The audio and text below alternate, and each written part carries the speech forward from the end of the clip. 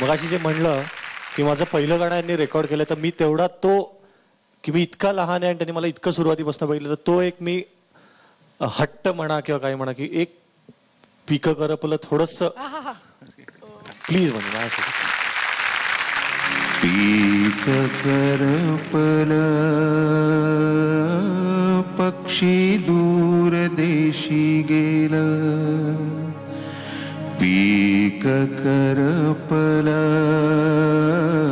पक्षी दूर देशी गेलं, गळणाऱ्या झाडांसाठी मन ओथंबलं, पीक करपलं पक्षी दूर देशी गेलं, वेढून नेणारी रित्यान भिवाहटूळ,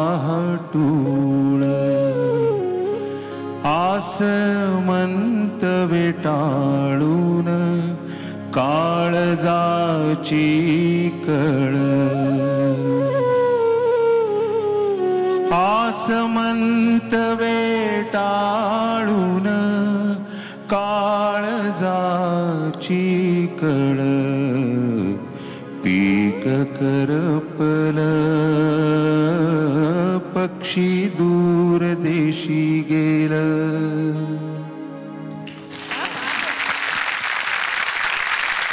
पहिलं जे गाणं म्हटलं ते आज आपल्या धायात नाहीत भास्कर चंदावरकर, त्यांचं कंपोजिशन आणि माझ्या आयुष्यातलं मी गायलेलं पहिलं पार्श्वगायन अजब सोहळा. तर त्यांची आठवण मला आज ते म्हणत असताना आली. आणि दुसरं गाणं ऑफकोर्स माझं भयंकर आवडतं आहे, त्याच गाण्याला मला राज्य पुरस्कारही मिळाला होता, पीक करपलं.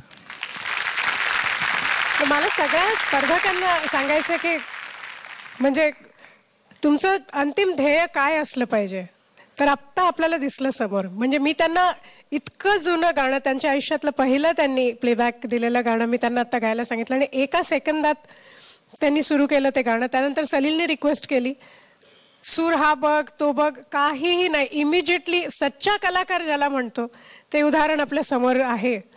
तर तुम्हाला सगळ्यांचं शेवट तुमचं ध्येय काय असलं पाहिजे म्हणून पल्लवी, म्हणून आम्ही सगळे त्यांना बुवा म्हणतो याच्यासाठी की इतके साधे की एखादा बुवा असतो ना, म्हणून त्यांना बुवा म्हणतात सगळे. असं मला वाटतं एकदा जोरदार टाळ्या झाल्या पाहिजे. पण मला अजून एक विचारावंसं वाटतं, म्हणजे आज मला असं वाटतं ह्यांच्या आवाजामध्ये आपण ज्याला सामान्य भाषेमध्ये बेस असं म्हणतो की जो आवाज तुमचा वजनदार आवाज आहे, तर ह्याच्या पाठीमागे काय वेगळी मेहनत किंवा असं काय तुम्ही ऍडवाइस कराल मला सगळ्यांना? माझ्या वडिलांचा आवाज बोलण्याचा, कारण ते पुणे आकाशवाणीवरती अनाउन्सर होते, त्यामुळे त्यांचा बोलण्याचा आवाज खूप छान होता आणि बेसचा होता आवाज. तो मी अनुवंशिकतेने किंवा इनहेरिट मी केला, माझ्याकडे तो आला, पण तो इतका बेसचा नव्हता नक्की. तर त्याच्यासाठी माझ्यासाठी व्हॉइस कल्चरच्या हिशोबात जे झालं ते म्हणजे घाशीराम कोतवालचं जे नाटक झालं, त्या नाटकामध्ये मी 20 वर्ष काम केलं आणि त्या नाटकासाठी आम्हाला भास्कर चंदावरकरांनी आमच्याकडनं काही एक्सरसाइजेस करून घेतले होते. आणि त्याचबरोबर हेही खरं की तुमचा जो नॅचरल आवाज असतो त्याच्या फक्त 2 सूर किंवा 3 सूर तुम्ही खाली डेव्हलप करून जाऊ शकता, त्याच्या पलीकडे जाऊ शकत नाही. त्यामुळे प्रत्येकाला वाटणं साहजिक आहे की बेसचा आवाज पाहिजे. खरं म्हणजे आजचा जमाना असा आहे की हिंदी पिक्चरमध्ये बेसचा आवाजाला किंमत नाही आहे. हे एक तर माझी आठवण आहे की आम्ही खूप जण कार्यक्रमात एकत्र होतो आणि शेवट कशाने करूया तर जयस्तु ते असं ठरलं आणि आम्हाला बुवा म्हणले की चला आज मी पूर्ण 1 ऑक्टेव्ह खाली गातो. म्हणून आम्ही काळी एकला सगळे वर जयस्तु ते गात होतो आणि ते पूर्ण 1 ऑक्टेव्ह खाली जयस्तु ते त्यांनी गायलं होतं. आणि मला अजून आठवण आहे कारण ते शेजारी बसून गात असेल की स्टेजवर पण व्हायब्रेशनसाठी सतत शेजारच्याला जाणवत राहतात. तर ते जयस्तु ते मी कधी विसरणार नाही, कारण आम्ही खूप ग्रुप व्हायलेन्स एकत्र वाजत असताना एक चेलो जसा वाजून सगळ्यांना छेद देऊन जातो तसं ते पूर्ण नाही. पण मी हा विषय संपवण्याच्या दृष्टीने एक गोष्ट नक्की सांगेन की प्रत्येकाला काहीतरी परमेश्वरांनी एक चांगला एक भाग दिला असतो आवाजाचा. काही गाण्यांसाठी तो अतिशय उत्तम असतो. आता प्रत्येक जण सर्वगुण संपन्न, काही लोक आपल्याला माहिती आहेत, लता मंगेशकर आहेत, आशा भोसले आहेत, मोहम्मद रफी किंवा की कुठलीही गाणी ते सहज आणि छान गाऊ शकतात. पण अशी फार कधीतरी शतकामध्ये अशी माणसं जन्माला येतात, पण अदरवाईज प्रत्येक माणसाला काहीतरी देणगी देव देतो आणि ती त्यांनी डोळे उघडे ठेवून जाणली पाहिजे आणि ती वाढवली पाहिजे.